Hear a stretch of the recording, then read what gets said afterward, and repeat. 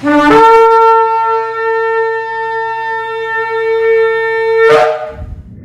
Shalom de la congregación Beth-Tefila desde el sector Candelaria en Arecibo, y esta que le habla es la Roa y la doctora Maritza Rivera.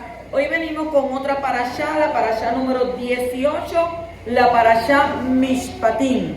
Mishpatim significa ordenanza. ¿Dónde encontramos esta parashá? En el libro de Éxodo, Shemot, capítulo 21:1 al capítulo 24 y versículo 18. ¿De qué nos va a estar hablando esta parashá, que constituye, ¿verdad?, la número 18?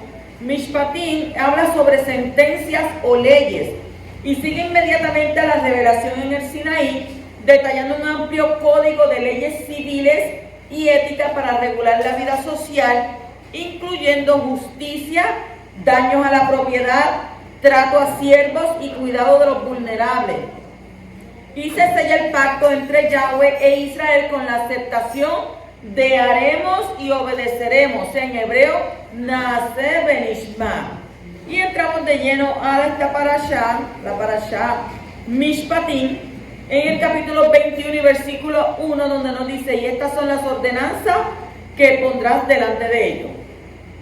La palabra ordenanza es en hebreo mishpat, mishpat, que significa un decreto, una costumbre, juicio, y hace referencia a estatutos o decretos establecidos por Yahweh para el comportamiento de su pueblo en relación con el prójimo. La escritura tiene un sinnúmero de normas a seguir en esta área, las cuales serán conocidas en esta y en las próximas parashot. Sin embargo, queremos resaltar el propósito que estas tienen en medio de la congregación de los Kadoshim, según Efesios capítulo 4, versículo 31 al 32, donde dice: líbrese de toda amargura, arrebato de cólera, ira, imposiciones violentas, calumnias y todo rencor.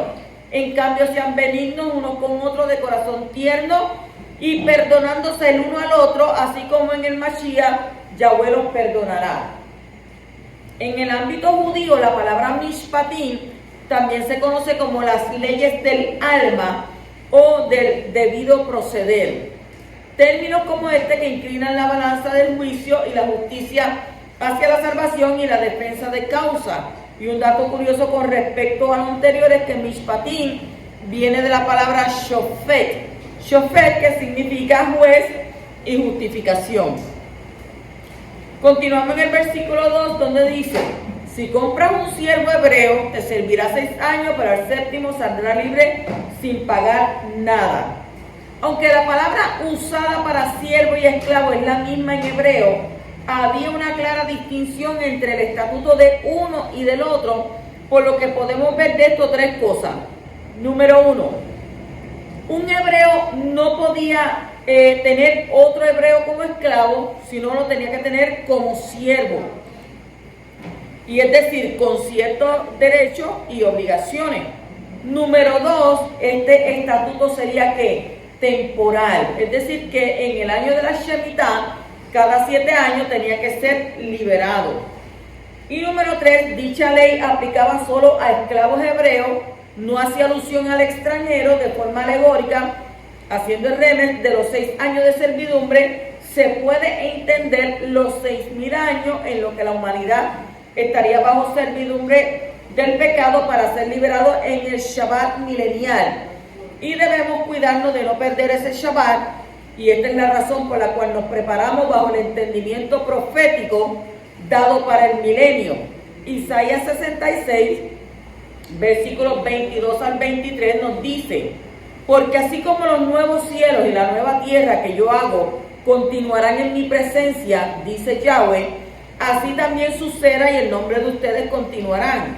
Todos los meses en Rosh Hodesh y todas las semanas en Shabbat, todos los vivientes, o sea, toda carne, vendrán a adorar en mi presencia, dice Yahweh. Por eso es la importancia de guardar Shabbat. En el Brit Hadasha también, en el Pacto Renovado, nos dice en Hebreos 4, 9 al 10, por tanto queda el guardar el Shabbat para el pueblo de Yahweh, porque el que ha entrado en el reposo de Yahweh también ha reposado de sus propias obras, como Yahweh de las suyas. Continúa el versículo 3 donde dice, si entró solo, saldrá solo. Si tenía mujer, entonces su mujer saldrá con él. Este versículo hace referencia a que nada le sería quitado durante su servicio y tampoco le sería añadido.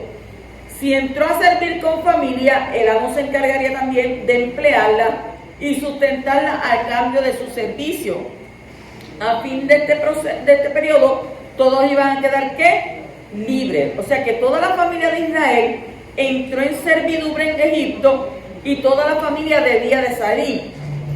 Y ustedes saben que hasta los huesos de José y de los patriarcas salieron de allí, según Éxodo, capítulo 12, versículo 31 al 32, donde nos dice, él mandó a llamar a Moshe y a Aarón por la noche y dijo, levántense y dejen mi pueblo, ambos, ustedes y los hijos de Israel, y váyanse y sirvan a Yahweh como han dicho.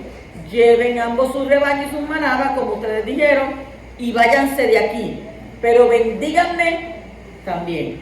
O sea, él iba a permitir que se fueran, pero, ¿verdad? En esa bendición, como yo sé que Yahweh lo escucha, pues bendígame a mí también. El Brit Hadach establece como Drash una aplicación de Shemot en Éxodo 12, 31 al 32 para todos los melos Hagoyim, que es la plenitud de los gentiles, y en Hechos Masé, capítulo 16, versículo 33 al 34, donde dice, y tomándolos en aquella hora de la noche les lavó las heridas, y al instante fue inmergido él y todo lo suyo, y los hizo subir a la casa, les puso la mesa, y se regocijó grandemente con toda su casa de haber creído en Elohim. O sea, que el poderoso siempre tiene el anhelo de liberar a toda tu casa y a toda tu familia. Y es necesario llevarle el mensaje a toda tu familia, especialmente con tu ejemplo de transformación. En el versículo 4 dice, si su amo le da mujer y ella le da a los hijos o hijas, la mujer y sus hijos serán de su amo y él saldrá solo. O sea que se acostumbraba que el amo le daba una mujer a su siervo con el fin de obtener otros esclavos que le sirvieran después de su liberación. Y con base a lo anteriormente expuesto, este caso se trataba de una esclava no hebrea para la cual no aplicaba la regulación de dicha liberación. Versículos 5 al 6 dice, pero si el siervo insiste diciendo, amo a mi Adón, a mi mujer y a mis hijos, no saldré libre. Entonces su amo lo traerá a los jueces y lo traerá a la puerta o al quicial, y su amo le horadará la oreja con una lesna y él le servirá para siempre. Podría darse el caso que el siervo no quisiera dejar a su amo por diferentes razones. O sea, que pensara que dónde voy a conseguir, ¿verdad?, casa, dónde voy a poder lograr llegar a vivir en algún lugar decente o otro amo que me pueda tener como este me tiene. Pues él tenía esas razones que, ¿verdad?, él que prefería quedarse. En tal caso, entonces tenía que llevarse a los jueces con el objetivo de que en frente de testigos se evidenciara que era la voluntad del siervo y no negligencia del amo al no liberarlo. Y una vez delante de los jueces, se le hacía una marca en la oreja que mostraba dicho compromiso. O sea que el término para siempre se refiere al siguiente jubileo, el cual acontece cada 50 años. O sea que hablamos en todos los casos con respecto a los límites estatuarios de Israel y para Israel. Y quizás usted diría, wow, pero un jubileo los próximos 50 años, cuando usted viene a ver, usted teniendo 15, teniendo 18 años, y mira para el lado y usted se encuentra con 40 y 50 años. Y usted dice, ¿cuándo pasó esto? Porque es como un despertar. Cuando usted llega a esa edad, usted dice, ¿cuándo fue que pasó tanto tiempo y no me di de cuenta? Si antes yo tenía 18 y ya ahora mira tengo 50. El tiempo pasa rapidísimo y no nos damos ¿qué? De cuenta. En ese mismo capítulo 21, el versículo 7 dice, y si alguno vende a su hija por sierva, ella no saldrá libre como salen los siervos. O sea que en oportunidades, una manera de salir de la pobreza era vender a su hija a algún hombre que tuviera recursos, para así salir de dicha pobreza o disminuirla. Y en tal caso se vendía para ser tomada como esposa para el amo, para su hijo o para ser redimida, es decir, que alguien más pagará por su rescate. No podía ser cedida a alguien más que no fuera el amo o a alguno de sus hijos. Y un tema tan escabroso como este puede ser visto en dos perspectivas. Número uno, corresponde a lo denigrante que es ver cómo la mujer es puesta como mercancía al ser vendida como un objeto o como un animal, y si tenía suerte, ser redimida por otro al ser el pago por su rescate. Este correspondería comúnmente al pensamiento concluyente de una mente occidental moderna, resultado de expresión publicitaria del machismo y el feminismo actual. Número 2, corresponde a evidenciar el valor de dignidad que la mujer podía llegar a tener al ostentar en sí misma el precio que sacaba de la pobreza a su familia. O sea que era como una joya que se cuidaba. Ella era bien cuidada, ¿para qué? Para ser entregada al hombre que tuviera el recurso para poder pagar por dicha joya. Cosa que hoy no sucede, ni en la crianza, ni bajo la moralidad moderna, y menos con el valor que a la misma mujer de hoy se le quiere dar. ¿Debido a qué? Al estigma social y a la influencia del medio y de los medios en los cuales se le denigra, en la televisión, en la música y en toda expresión moderna de arte. Y para citar, ¿verdad?, algunos ejemplos. Entonces, son cotizadas al exponer sus cuerpos hasta la vulgaridad, reflejando la superficialidad, el bajo pudor, respeto y amor por sí misma. Entonces vamos a ver el concepto simple, la definición de una joya. Y sabe que joya tiene un nombre que femenino. Número 1, objeto de adorno o de uso, hecho de algún metal noble y a veces decorado con perlas y piedras preciosas, muchas de incalculable valor, sea por su material o por la excelencia del tallado o manos del joyero de renombre. Número 2, persona o cosa de mucha valía, muy apreciada por sus buenas cualidades. Y nuestro propósito con este comentario es continuar restaurando el valor de la mujer para la casa de Israel. ¿Por qué? Porque no podemos esconder la pésima interpretación evangélica pentecostal que se hace respecto de la ayuda idónea, o sea, es decir, la ayudante en todo. Y no es así. Por la traducción directa del término en hebreo, el poderoso Elohim dijo: no es bueno que el hombre esté solo, le haré ayuda frente a él. O sea que la mayoría de las versiones, y casi siempre se usa la palabra ¿qué? Idónea, que en hebreo es neged, N-E-G-E-D, neged, que significa parte opositora o contraparte. O sea que ella es puesta frente al varón como un complemento de perfección para lograr y alcanzar los objetivos que el varón solo no podía. Entonces, al poderoso poner esto, era para que ella pudiera venir a hacer ¿qué? De ayuda al hombre. En el versículo 10 dice: si toma para sí otra mujer, no disminuirá la primera su alimento, ni su ropa, ni sus derechos conyugales. Si el amo tomaba para sí otra mujer, no podía menospreciar a la primera, ni disminuir los privilegios que ésta tenía antes de tomar la siguiente. O sea, en el tiempo de antes eso era permitido, pero en estos tiempos ya no. Porque entonces estos tiempos sería ¿qué? Adulterio.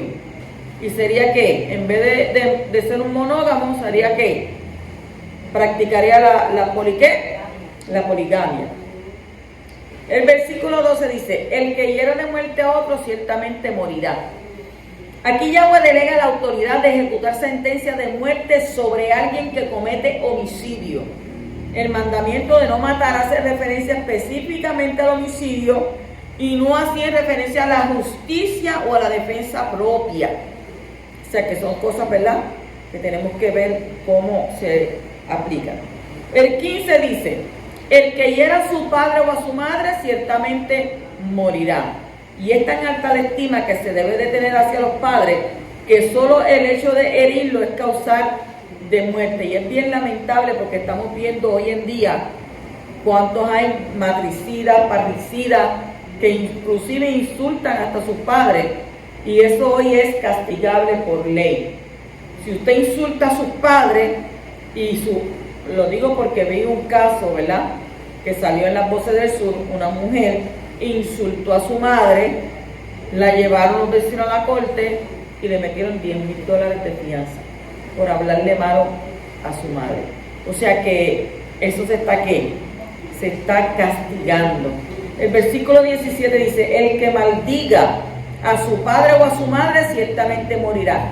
Y esto es un mandamiento, va un poco más allá de un daño físico. Hace referencia al daño espiritual, lo que nos enseña que cualquier daño es causal de ¿qué? De muerte. Versículo 19 dice: y se levanta y anda afuera con su bastón, el que lo hirió será absuelto, solo pagará por su tiempo perdido y lo cuidará hasta que esté completamente curado.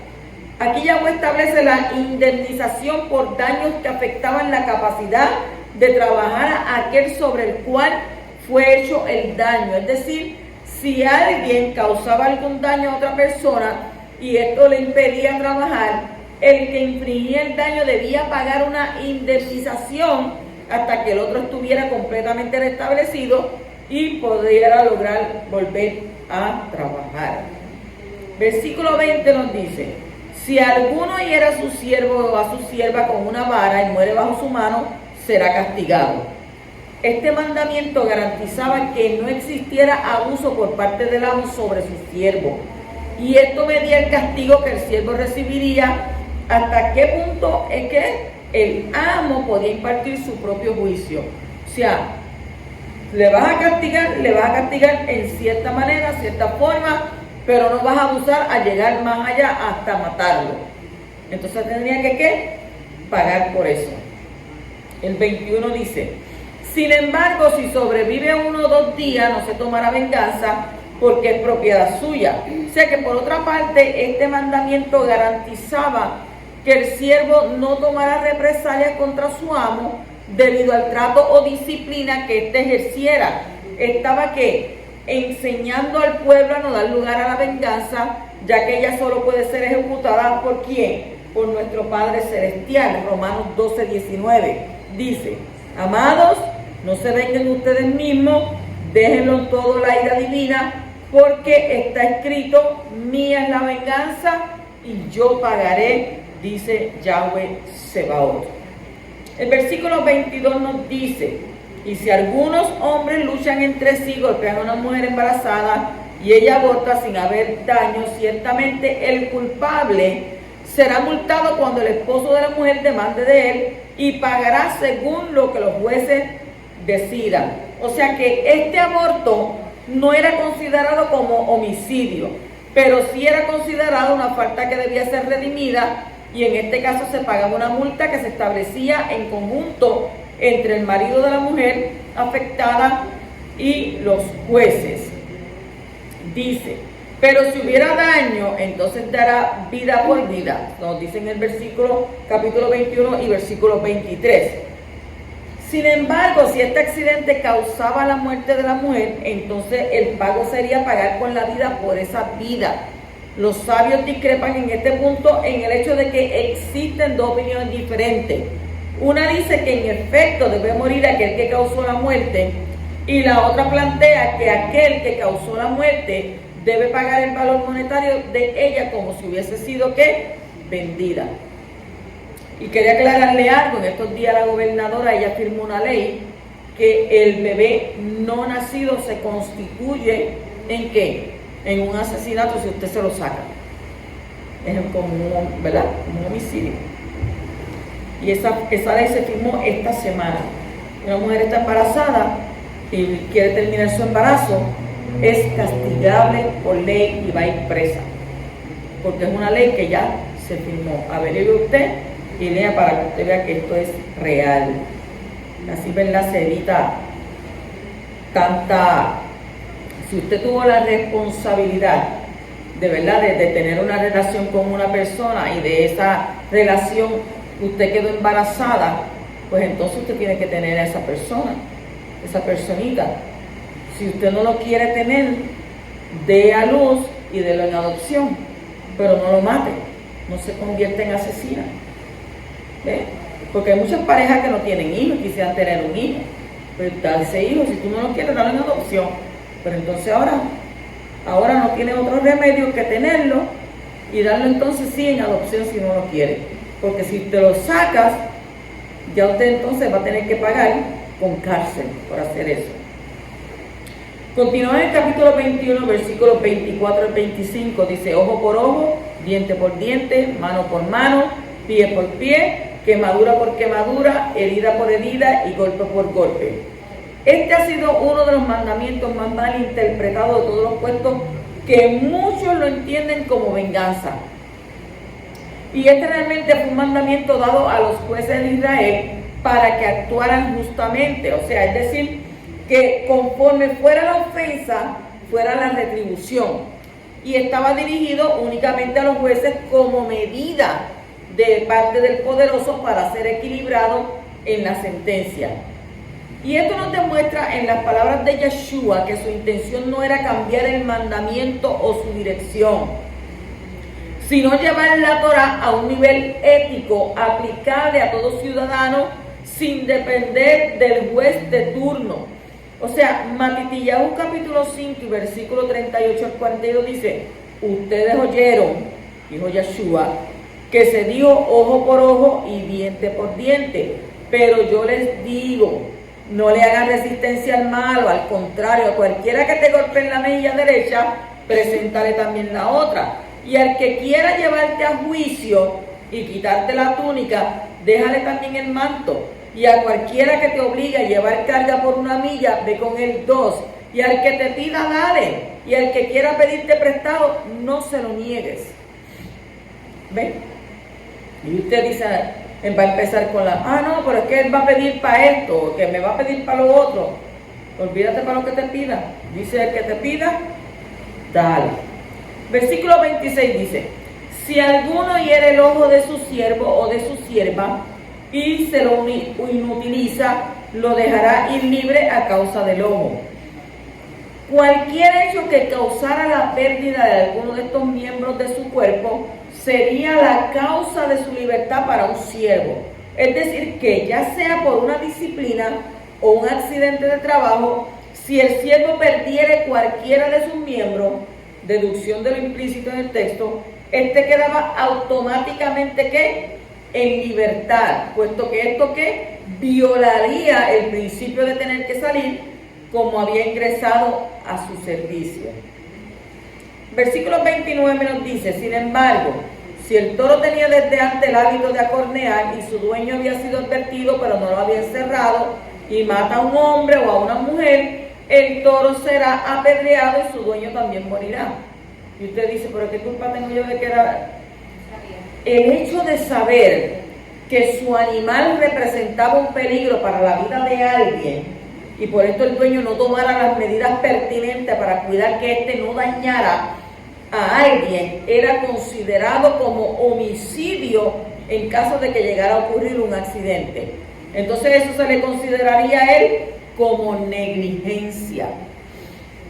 El 32 nos dice: si el toro acornea a un siervo o a una sierva, el dueño dará a su amo 30 siclos de plata y el toro será apedreado.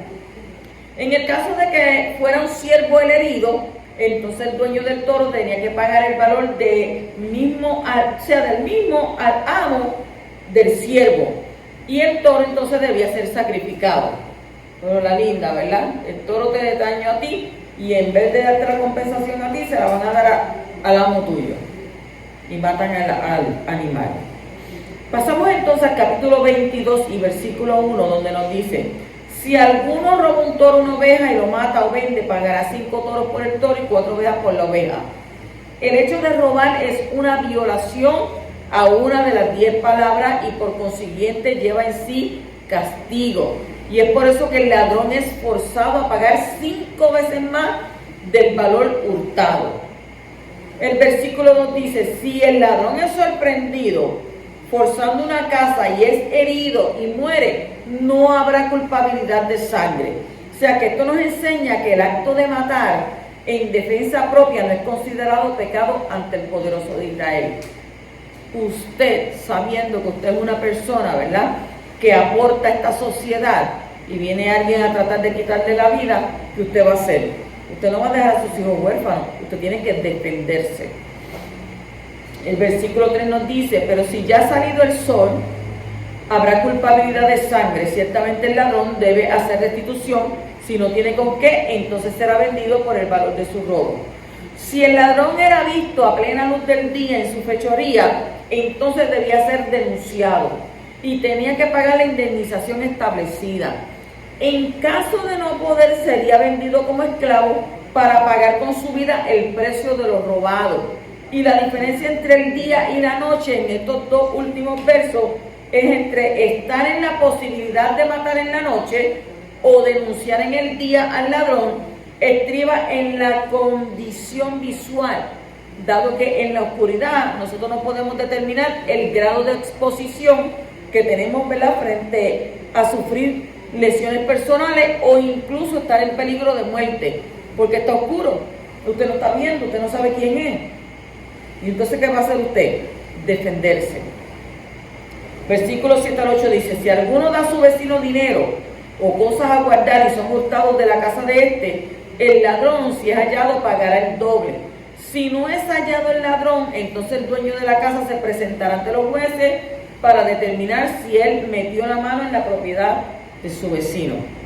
Una vez más se expone el asunto del robo, y en este caso no es impuesto al dueño en sí, sino a alguien en el que fue depositada la custodia del bien, y esto hace al ladrón doblemente responsable, puesto que estaba robando al dueño y al mismo tiempo a aquel que custodiaba dicho bien. El versículo 14, si alguno pide prestado un animal a su vecino y el animal sufre daño o muere en ausencia de su dueño, hará completa restitución. ¿Qué nos enseña este mandamiento? Que el valor de la responsabilidad, es decir, que somos responsables de todo aquello que nos es confiado. Al mismo tiempo nos enseña a ser cuidadosos de lo que no nos pertenece y que está en nuestras manos. O sea, guárdame este dinero, ay, se me desapareció, ay, yo no sé dónde fue a tener, ay, alguien lo cogió. Pues tú eres responsable de él porque tú te hiciste cargo. Entonces nosotros hemos sido confiados de las manos de ¿quién? ¿En qué manos? En las manos de Yeshua. Y ninguno de nosotros se perderá. Yohanan 10 y 17, los capítulos. El versículo 16 dice, si alguno seduce a una doncella que no esté desposada y se acuesta con ella, deberá pagar un precio por ella para que sea su mujer. Es lo que correspondía bajo los principios del compromiso de matrimonio al pago de la dote. O sea que en este caso aplicaba el pago por el hecho de haber accedido al haber sido ¿qué? Seducida. Versículo 18 dice, no dejarás con vida a la hechicera. Mire que en tiempos antiguos mataban a muchas personas, ¿verdad? Este mandamiento enseña a erradicar por completo el mal del pueblo. Es un pecado que Yahweh aborrece hasta llevarlo a la muerte. Devarim 18, 9 al 12 dice, cuando entres en la tierra que el Adón tu Elohim te da, no aprenderás a hacer las cosas abominables de esas naciones. No se ha hallado en ti nadie que haga pasar a su hijo o a su hija por el fuego, ni quien practica adivinación, ni hechicería o agorero o hechicero o encantador, o medium o espiritista, ni quien consulta a los muertos. ¿Por qué? Porque cualquiera que hace estas cosas es abominable a Yahweh, y por causa de estas abominaciones el Adón tu Elohim expulsará a esas naciones de delante de ti. El versículo 20 dice, cualquiera que sacrifique a un Elohim que no sea solamente Yahweh, será dedicado al exterminio. O sea, que de la misma manera que el anterior versículo debía aplicarse la pena de muerte sobre aquel que practicara la idolatría como el que practicara la hechicería, esto nos enseña que para el Creador estos pecados están en el mismo nivel de abominación.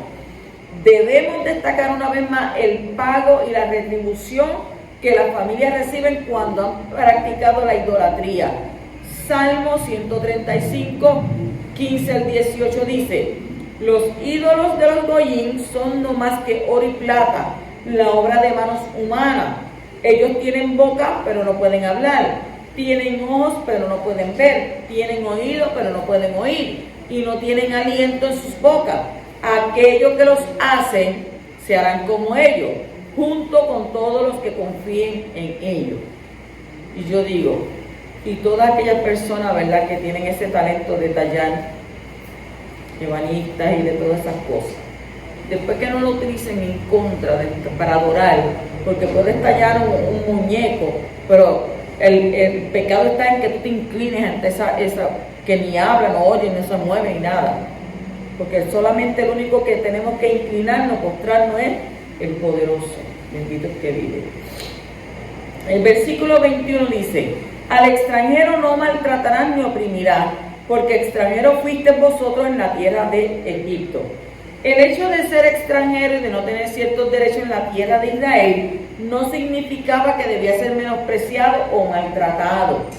A través de este mandamiento, Yahweh le estaba recordando al pueblo de dónde Él los había sacado. O sea que a veces corremos el riesgo de menospreciar a los demás, pero debemos recordar de dónde Abacadosh nos ha sacado. Y no solo eso, sino que el cumplimiento de este mandamiento y el amor con que se ejecute permite atraer grandes bendiciones, como lo fue para Ruth, la moabita, la extranjera de quien vendría el rey David, por ende nuestro Mashiach Yeshua. Ruth 2:10 dice: ella cayó de bruces postrándose y le dijo a él: ¿cómo es que me estás mostrando tanto favor? ¿Por qué me estás prestando atención? Después de todo, yo soy solo una extranjera. Esto nos enseña el gran valor que para el poderoso tienen los extranjeros, y que si son llamados a Israel es porque grandes planes hay para cada uno de ellos. Mientras estuvimos fuera del pacto, éramos extranjeros. Efesios 2:19 nos dice: así que entonces ya no son extranjeros ni desconocidos. Por el contrario, ustedes son conciudadanos con el pueblo de Yahweh y miembros de la misma familia del poderoso. Sin embargo, al llegar a ser cobijados por esta ciudadanía, debemos ser consecuentes con la bendición alcanzada. Isaías 56, 6 al 7 dice: y los extranjeros que se unen a Yahweh para servirle, para amar el nombre de Yahweh y para ser sus obreros, todos los que guardan Shabbat y no lo profanan y se mantengan firmes en mi pacto, yo los traeré a mi monte Kadosh y los haré regocijarse en mi casa de oración Beit Tefilá. Sus ofrendas quemadas y sus sacrificios serán aceptados en mi altar, porque mi casa será llamada una casa de oración, una Beit Tefilá, para todas las naciones. Y aunque muchos hoy en día han caído, ¿verdad?, hayan caído en el error de decir que la ley es para los judíos y que las promesas y bendiciones para la iglesia cristiana, ahora entendemos que no hay concordancia en dicho planteamiento y no tiene sentido tal afirmación. No hay dos leyes y no hay mandamientos nuevos dados por Yeshua, y esto es pura teología del reemplazo. En Éxodo, en Shemot 12:49 dice: la misma Torá se aplicará igualmente al ciudadano y al extranjero viviendo entre ustedes. También Levíticos 24:22 dice: aplicarás la misma regla de juicio al extranjero como al ciudadano, porque yo soy Yahweh, tu Elohim. Números 15:29, no importa si es ciudadano de Israel o un extranjero viviendo con ellos, ustedes tendrán una ley para quien sea que haga algo mal por error. ¿Ven? Es una sola Torá y es aplicable para todo el mundo. El versículo 22 dice: a la viuda y al huérfano no afligiréis. Yahweh tiene muy en cuenta a los más necesitados, y es por esto que demanda de su pueblo un corazón sensible hacia este tipo de personas. Tú que eres pueblo de Yahweh, de este mandamiento tenemos que aprender algo muy poderoso. La bendición del menospreciado. Así es. Sobre este tipo de personas en desamparo reposa una bendición muy especial. Los sabios conocen muy bien este principio que hay sobre la cabeza de una viuda, de un huérfano, de un extranjero o un desamparado.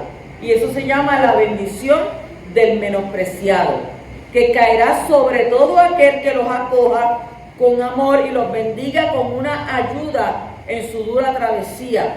Son buenos depositarios de nuestra sedacá, o sea, justicia y caridad, porque la Escritura nos dice en Proverbios 19:17, aquel que es bondadoso con el pobre le presta a Yahweh, y él le pagará de acuerdo a su buena obra.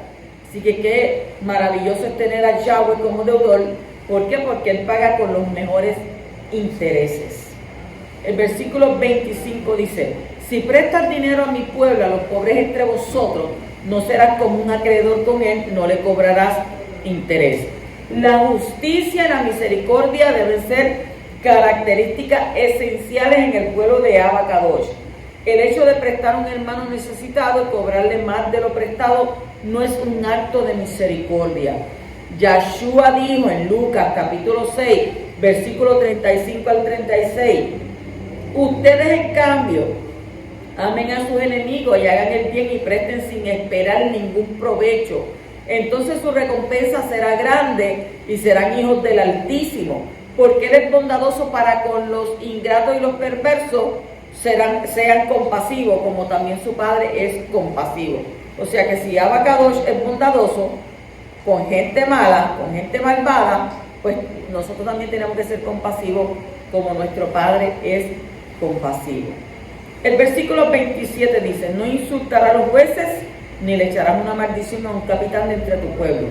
El término insultar en hebreo es kalal, cada kilómetro A-L-A-L, kalal, que quiere decir despreciar, destruir, injuriar, maldecir y tener en poco. Es decir que debemos tener a los jueces, que son personas puestas en autoridad, en muy alta estima y darle honra según su función, porque están donde están por causa de ¿quién? De Abba Kadosh. La palabra usada para maldición en hebreo es arar, A-R-A-R, arar, que significa abominar, maldecir, maldición o maldito. Y la palabra capitán en hebreo es nasi, que significa o que quiere decir propiamente uno exaltado, principal, rey o príncipe. Lo que nos enseña que aborrecer o maldecir a uno que ha sido exaltado por Yahweh es un pecado y como tal tiene consecuencias desastrosas para el que lo comete. Así que hermano, así no sea entre nosotros y no se dé eso, ¿verdad? Que tengamos a bien el acercarnos a los ministros, a los roé, a las robanas, ¿verdad? Que sea de nuestra equidad en amor y respeto, dejándoles saber todas nuestras inconformidades e inquietudes y no atrevernos a murmurar de ellos, porque estaremos murmurando de aquel que los puso en eminencia, de Yahweh mismo. Dice en Romanos capítulo 13 y versículo 1 al 2, todos tienen que obedecer las autoridades gobernantes, porque no hay autoridad que no sea de Yahweh y las autoridades existentes han sido puestas por Yahweh. De modo que el que resiste las autoridades que está resistiendo que lo que Yahweh ha instituido, y los que resisten traerán juicio sobre sí mismos. O sea que este entendimiento de Torah debe ser sopesado con las sabias palabras de Yahshua en contra de un sistema de liderazgo corrupto. Yohanan 10, 10 al 14. El ladrón no viene sino para hurtar, matar y destruir. Yo he venido para que tengan vida y la tengan en abundancia. Yo soy el buen roé, el buen pastor, el buen roé, su vida pone por las ovejas. El asalariado y que no es roé, de quien no son propias las ovejas, ve venir al lobo y abandona las ovejas y huye, y el lobo las arrebata y las dispersa, porque es asalariado y no le importan las ovejas. Y dice, yo soy el buen roé, yo soy el buen pastor, conozco las mías y las mías me conocen. O sea que en el momento que Yeshua habla del ladrón, no se refiere a Satán, como tradicionalmente es enseñado, sino a aquellos líderes corruptos que no velan por el bienestar del rebaño y que están ahí para su propio beneficio, que cuando viene el lobo deja las ovejas y ¿qué hace? Huye. Bendito el poderoso. Versículo 29 dice: no retendrás lo mejor del primer producto de tus lagares, me darás el primogénito de entre tus hijos. Lo primero siempre pertenece a Abba, el primer fruto, la primera producción, incluso hasta el primer hijo. Y este último era consagrado para el servicio al poderoso. Y es importante darlo en el tiempo establecido, pues haciendo esto le estamos diciendo a Abba Kadosh que Él es lo primero en nuestra vida. Y es además un acto de fe, puesto que confiamos en que nos dará abundantemente. El versículo 30 dice: lo mismo hará con tus bueyes y con tus ovejas, 7 días estará con su madre, y al 8º día me lo darás. Lo mismo ocurría con las crías del ganado. Una vez pasados los 8 días, debían ser llevados ante el Cohen, y los 2 versículos anteriores nos enseñan la importancia de separar lo primero para Yahweh y de darle a Él lo mejor de lo mejor. Y estos son los actos de intimidad y compromiso personal que más valora el poderoso. O sea que estos se deben hacer en los tiempos señalados y con suma alegría. Segunda de Corintios 9, 7 al 8 dice: cada uno debe dar de acuerdo a lo que ha decidido en su corazón, no de mala gana, ni por compulsión, porque Yahweh ama al dador alegre. Además, Yahweh tiene el poder de proveerles con toda clase de regalos en abundancia, para que siempre en todas las formas tengan todo lo que necesitan para ustedes y para poder proveer en abundancia para toda buena obra. O sea que cuando usted quiere dar algo para el poderoso, ay, que tengo que diezmar, ay, que tengo que ofrendar, ay, que no es... No, dice que Yahweh ama al dador alegre. Pero si tú no lo quieres dar con alegría, tú no lo quieres dar de corazón y lo quieres dar de mala gana, mejor no des nada. ¿Por qué? Porque no vas a recibir bendición por eso. El versículo 31 dice: y seréis para mí hombres kadosh, no comeréis carne despedazada en el campo, a los perros la echaréis. Este mandamiento nos enseña la kadoshá a través de lo que comemos. A Yahweh le importa lo que comemos. ¿Por qué? Porque debemos honrarlo cómo, dónde y en lo que comemos. Y no olvidemos que ahora somos nosotros el templo del Ruach del Mashiach. Romanos 8:9 dice: pero ustedes no se identifican con su vieja naturaleza, sino con el Ruach, con tal de que el Ruach HaKodesh esté viviendo dentro de ustedes, porque cualquiera que no tenga el Ruach del Mashiach no le pertenece a él. Tenemos un espíritu, y ese espíritu que es de aliento, según lo dice Eclesiastés capítulo 12, pero también tenemos que otro espíritu. ¿Y cuál es el Ruach? El Ruach del poderoso, ¿verdad? El Ruach HaKodesh. Capítulo 23 y versículo 1 dice: no levantarás falso rumor, no te concertarás con el impío para ser testigo falso. Yahweh aborrece la calumnia. Cualquiera que la practique se hace abominable ante su presencia. Y hay muchas características en los que hablan neciamente, y la palabra nos advierte de estos frutos de muerte. Romanos capítulo 1 versículos 29 al 31 dice: están llenos de toda clase de perversidad, maldad, avaricia y vicios repletos de envidia, de asesinato, de disputa, engaño, mala voluntad. Son murmuradores, son calumniadores, aborrecedores de Yahweh, son insolentes, arrogantes, jactanciosos, traman hechos malvados, son desobedientes a sus padres, son estúpidos, desleales, despiadados e implacables. Mire con todo lo que uno tiene que lidiar en este tiempo. Tú y yo, como nuevas criaturas, hemos dejado atrás toda esta basura. Ahora nos enfocamos en lo que nos lleva a la bendición y al bienestar.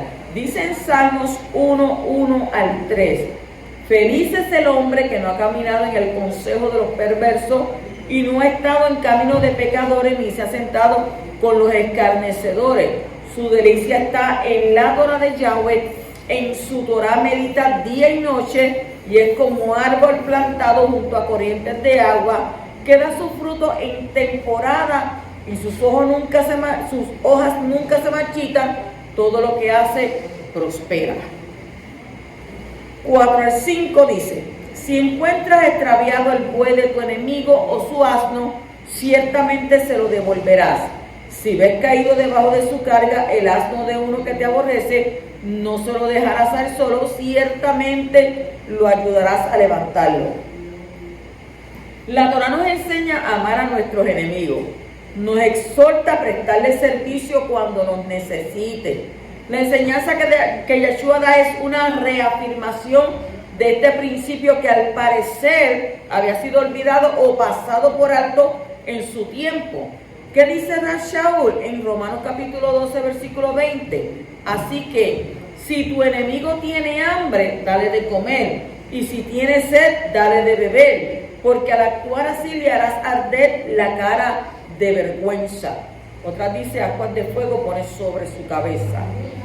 Este versículo nos muestra que la idea de amar al enemigo que Yeshua habla en Matitiyahu 5, 43-44 dice: oíste que fue dicho, amarás a tu prójimo y aborrecerás a tu enemigo.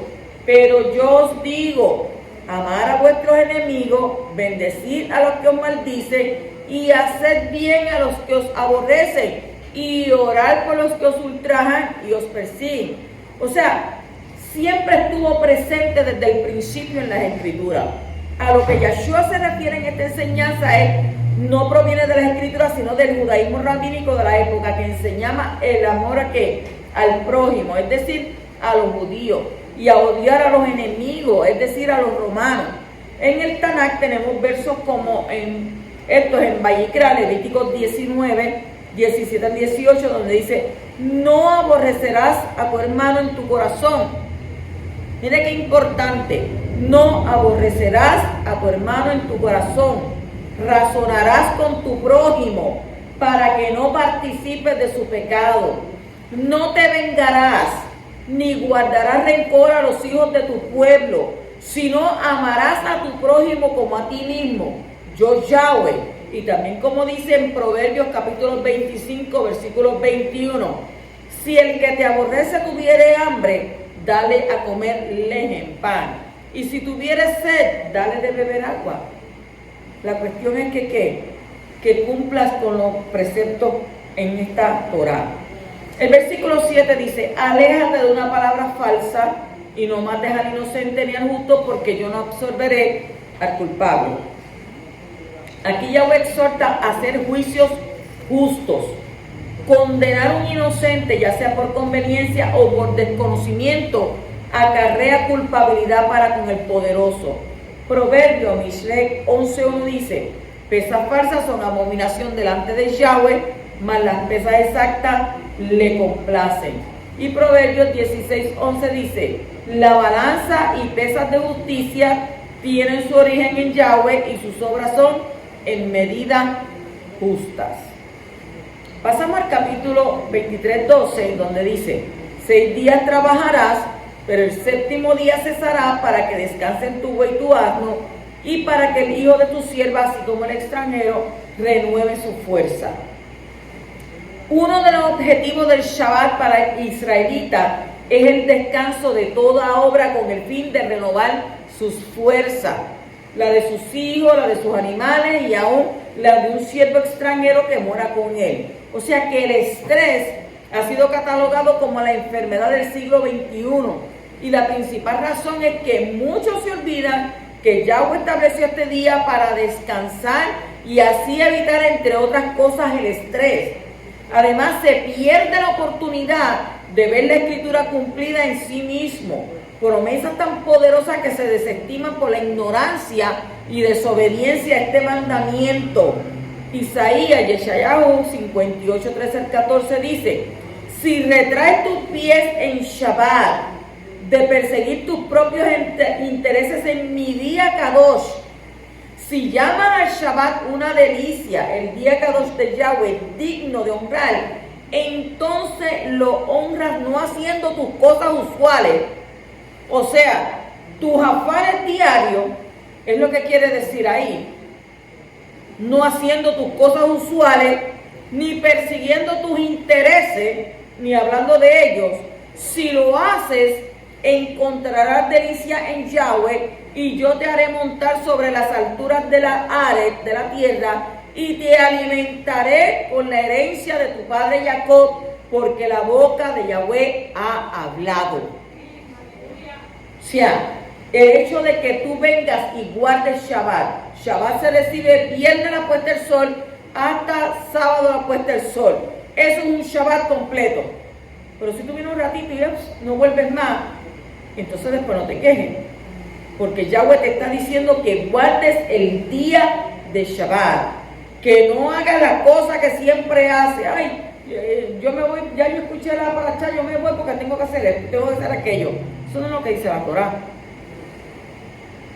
Porque Yahweh dice, te haré montar sobre las alturas, te alimentaré con la herencia de tu padre Jacob.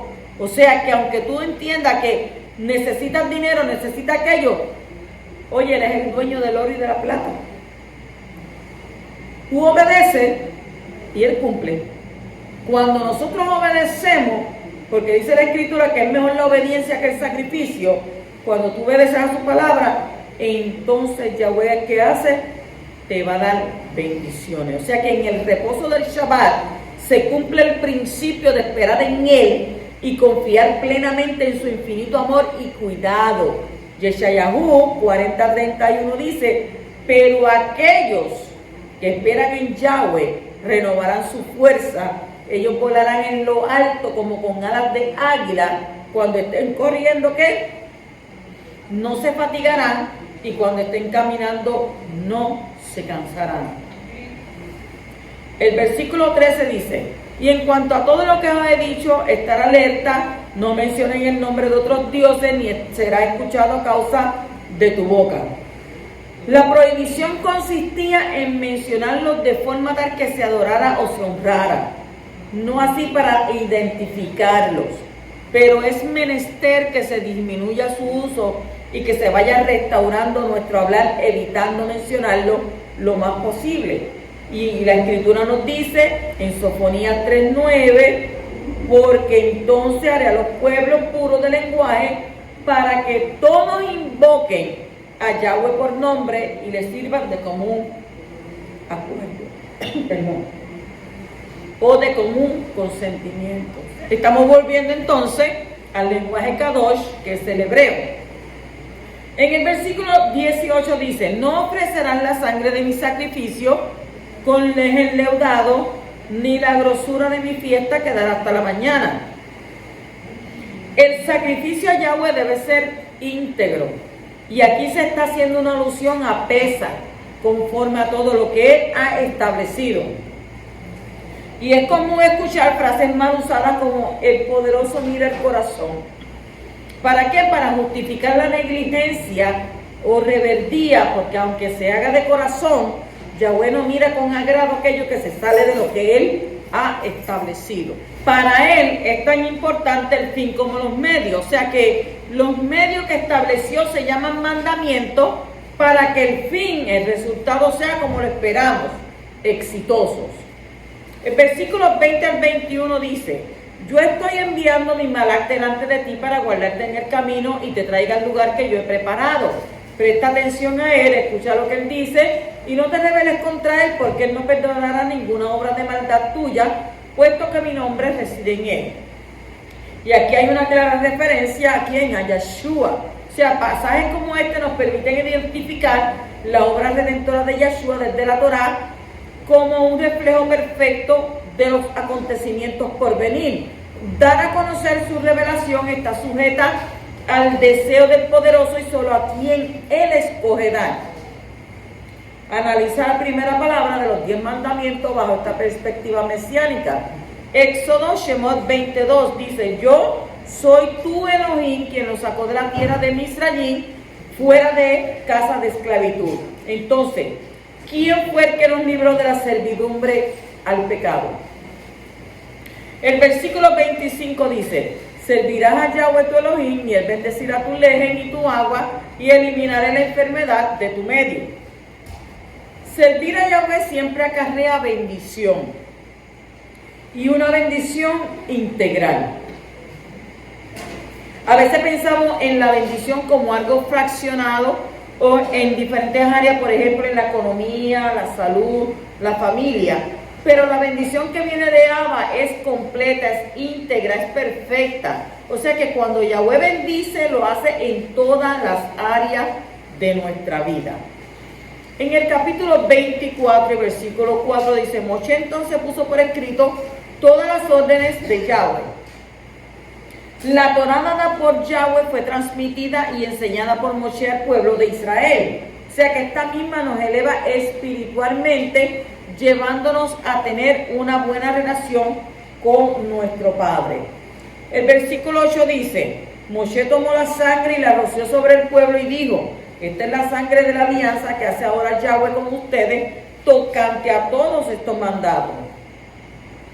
Esta es una muy marcada tipología referente a lo que Yahshua haría para salvar a su pueblo y a aquellos que han de abrazar la Torá. Es decir, para recibir la Torá conforme al plan de Yahweh, cada israelita debe ser rociado por la sangre del Cordero.